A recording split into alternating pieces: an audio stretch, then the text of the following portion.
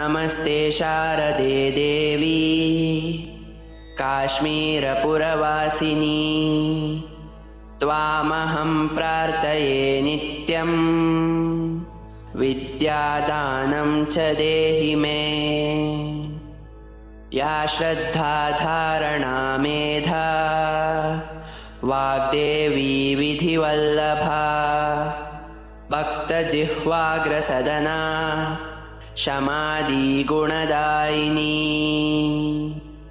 नमामि यामिनीनाथ लेखालङ्कृतकुन्तलां भवानीं भवसन्ताप निर्वापणसुधानदीं।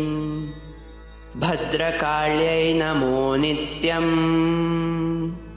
सरस्वत्यै नमो नमः।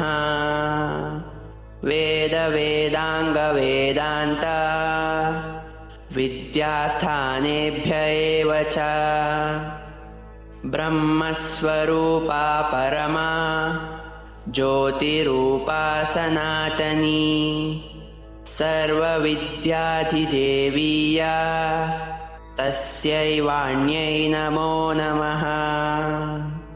यया विना जगत्सर्वं शश्वज्जीवन्मृतं भवेत्।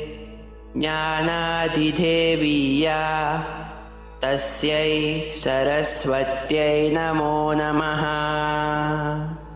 यया विना जगत्सर्वं मूकमुन्मत्तवत्सदा या देवी वागधिष्ठात्री तस्यै वाण्यै नमो नमः।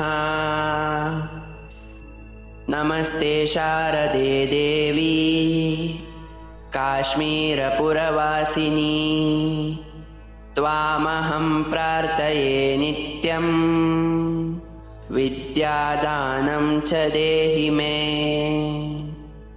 या श्रद्धा धारणा मेधा वाग्देवी विधिवल्लभा भक्तजिह्वाग्रसदना शमादि गुणदायिनी। नमामि यामिनीनाथ लेखालङ्कृतकुन्तलां भवानीं भवसन्ताप निर्वापणसुधानदीं। भद्रकाल्यै नमो नित्यं सरस्वत्यै नमो नमः।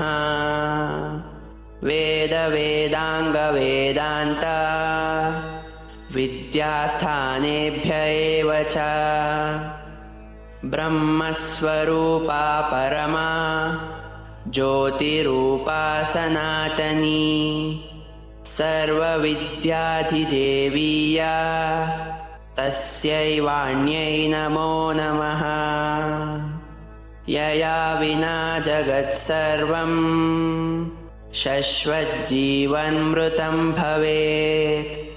ज्ञानाधिदेवीया तस्यै सरस्वत्यै नमो नमः। यया विना जगत्सर्वं मूकमुन्मत्तवत्सदा या देवी वागधिष्ठात्री तस्यै वाण्यै नमो नमः। इति श्री शारदा प्रार्थना समाप्तम्।